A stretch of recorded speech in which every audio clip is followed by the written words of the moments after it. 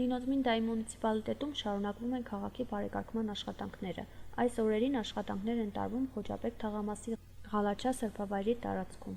Ուրեմն այս տարի 8-ին 10-րդ ամիս տենդերը շահել է Օֆելիա Խանախյանը 81,000 լարիով, մենք նախատեսեինք 82,000, մենք հաղթել է տենդերը եւ այդ այսպես կոչված Ղալաչան հայկական փողոցի շարունակությունն է, այսինքն քաղաքը նորից կունենա նորից հանգստյան գոտի,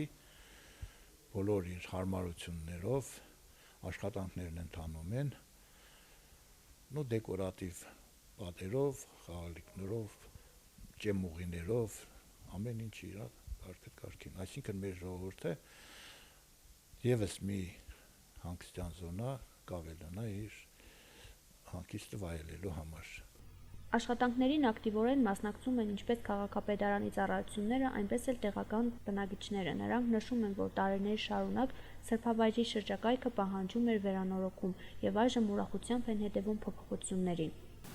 Էլի ուրախացա Ղալաչան ոչ թե մենակ Խոջապեկցիների համար է սրբավայրը ես գիտեմ, այլ ամբողջ